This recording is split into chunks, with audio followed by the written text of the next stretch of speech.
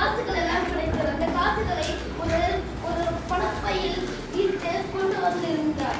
கொண்டு வந்து இருக்கும்போது அந்த பணப்பை என்னவென்றால் பணப்பையை குலைத்து விட்டார். ஏன் குலைத்து விட்டார் என்றால் அவர் வரும்போது நிறைய கனவுகள் கண்டு கொண்டிருந்தார். என்ன கனவுகள் என்றால் பாருங்கள், அவர்கிட்ட ஒரு 10 ஆடு இருக்குன்னு நீங்க நினைச்சுக்கோங்க.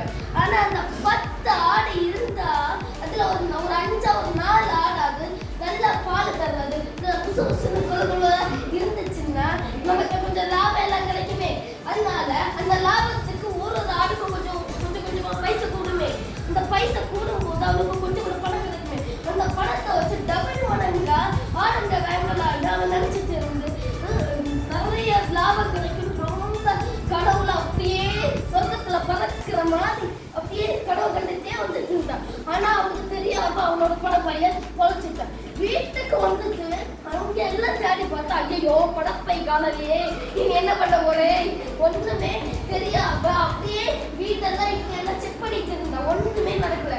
அப்புறம் அவனுக்கு பைத்தியம் பிடிக்கிற மாதிரி ஆச்சு. இப்ப எல்லாம் உங்களுக்கு ஒரு எக்ஸாம்பிள் பூஷா, இப்போ உன்னோட மேத்ஸ் ஒர்க் புக்கு காணாம போச்சுன்னு நீங்க வச்சுக்கோ.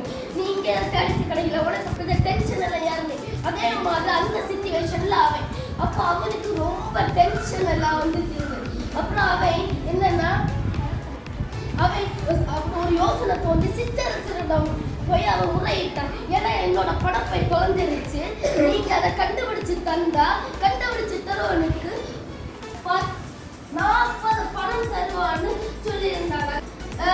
வருஷா அவனுக்கு கொஞ்சம் பணம் கிடைச்சு. அந்த பணம் கிடைச்ச உடனே அவனுக்கு மனசுல கொஞ்சம் கனவுகள் எல்லாம் தோணுச்சு. அந்த கனவோட கொஞ்சம் எக்ஸாம்பிள் சொல்ல முடியுமா? தெரியுமா தெரியாதா? தெரியாது. சரி ஒண்ணு இல்லை. யாருக்கா இந்த ஆன்சர் தெரியுமா? வைஷா நீ வந்து அந்த ஆடுகளை விட்டு இன்னும் நிறைய ஆடுகளை வாங்கி அதுல டபுள் மடங்கா அதிகமான பணம் கிடைக்கும். அப்ப அதை வச்சு நான் நல்லா வாழலாம்னு நினைச்சேன். சரி நீ இருக்கணும். அந்த அவன் பணம் தொலைஞ்ச உடனே அவன் ஒரு யோசனை வந்து நிறைய சித்தரசன், ஒரு நாட்டோட அரசன் சித்தரசன் சொன்னா இந்த சிறிய சிறிய நாடுகள் இருக்குமே அதுக்கெல்லாம் ஒரு தலைவர் மாதிரி அரசர். அந்த சித்தரசனிடம் போய் சொன்னாங்க, என்னோட இப்படி பணப்பை தொலைஞ்சிருச்சு, நான் இனி இதுக்கு யார் கண்டுபிடிச்சாரோ அவங்களுக்கு 40 காசுகள் தருவேன். அப்புறம் அவர் சரின்னு சொல்லி சித்தரசர் ஓகேன்னு சொல்லி நான் இந்த முரசரை விட்டு இந்த ஊரு ஃபுல்லா அறிவிக்கிறேன்னு சொன்னாங்க. அப்புறம் கொஞ்ச நாள் கழிஞ்சு கொஞ்ச நேரத்துக்கு அப்புறம் அந்த அரசர் முரசரிச்சு இந்த செய்தி ஃபுல் ஊருக்கும் பரவியாச்சு. அப்புறம் 3 நாடுகள் கழிஞ்சு ஒரு வயதான மூதாட்டி ஒரு மூதாட்டி வந்தாங்க. அந்த மூதாட்டி கிட்ட அந்த வணிகர் போலீஸ் அதே பணப்பையோட அந்த அரண்மனைக்குள்ள வந்து சித்தரசரை பார்த்து அந்த வணிகர் போலீஸ் பணப்பையான்னு கொஞ்சம் பார்த்து சொல்லுவீங்களான்னு சொன்னாங்க.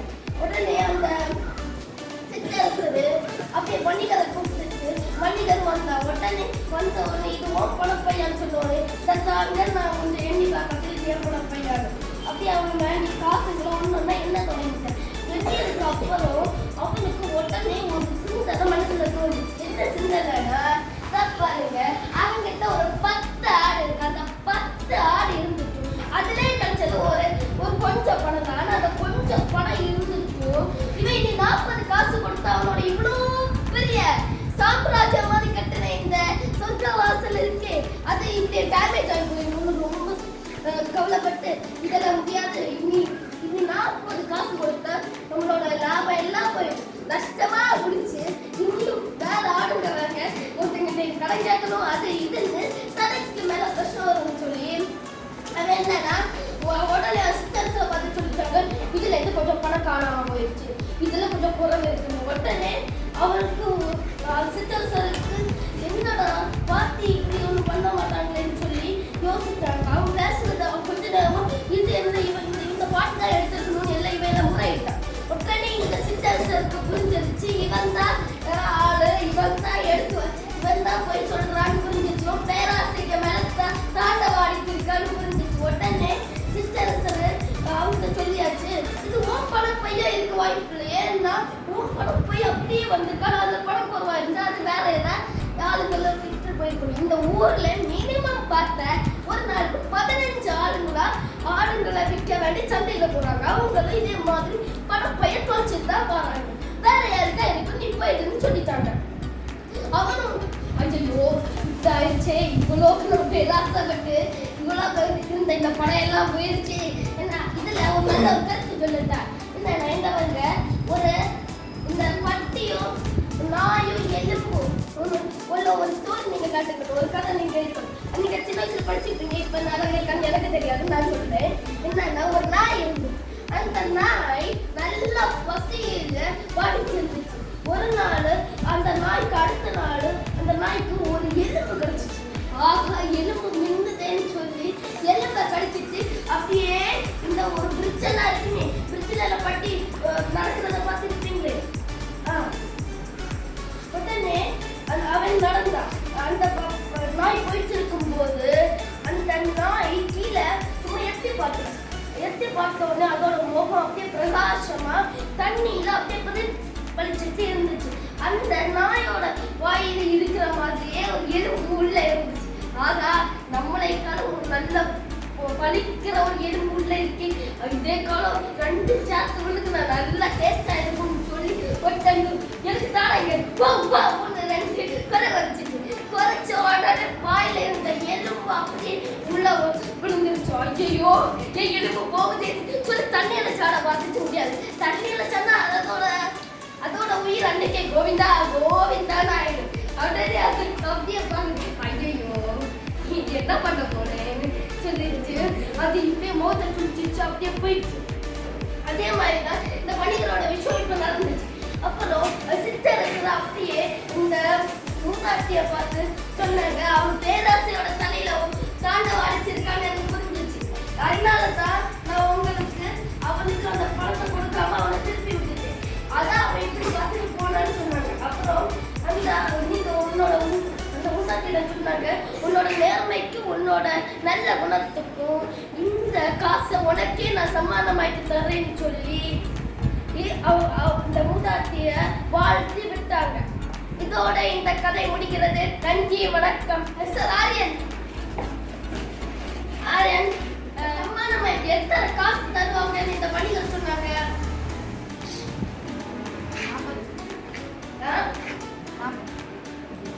கையடி வழங்கப்படுகிறது.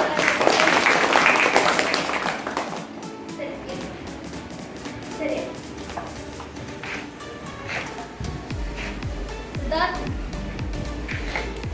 என்னன்னா இப்போ இந்த பணத்தை கொடுத்த உடனே அந்த சித்தரசர் பணத்தை அப்படியே கையில வணிகர்கிட்ட ஃபர்ஸ்ட் கொடுத்தப்போ வணிகர் அப்புறம் என்ன சொன்னாங்க? கொஞ்சம் பணம் குறைவா இருக்கு.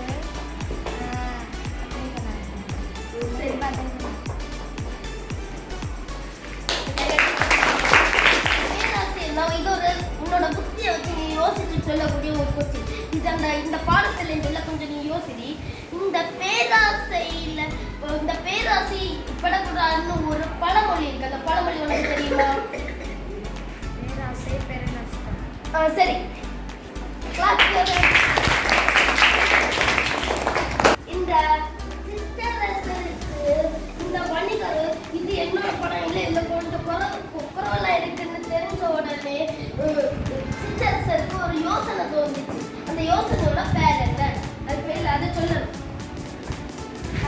சித்தரசன் வந்து சொன்னாங்க, ஆமா இவன் வந்து பேராசை படுத்துருக்கான், அதனாலதான் அந்த பணப்பையில கொஞ்சம் பணம் வந்து குறைஞ்சிருக்குன்னு சொல்லலாம் அப்படின்னு சொல்லிட்டு அந்த பணப்பை சித்தரசன் அடுத்து சொன்னாங்க, ஒருவேளை இதுல பணம் குறைஞ்சிருக்கு, அப்போ இந்த பணப்பை வந்து ஒன்னோடையது கிடையாது, வேற யாராவது காணும் அப்படின்னு சொல்லி அந்த பணப்பையை வாங்கிட்டாரு. சரி இருக்கலாம்.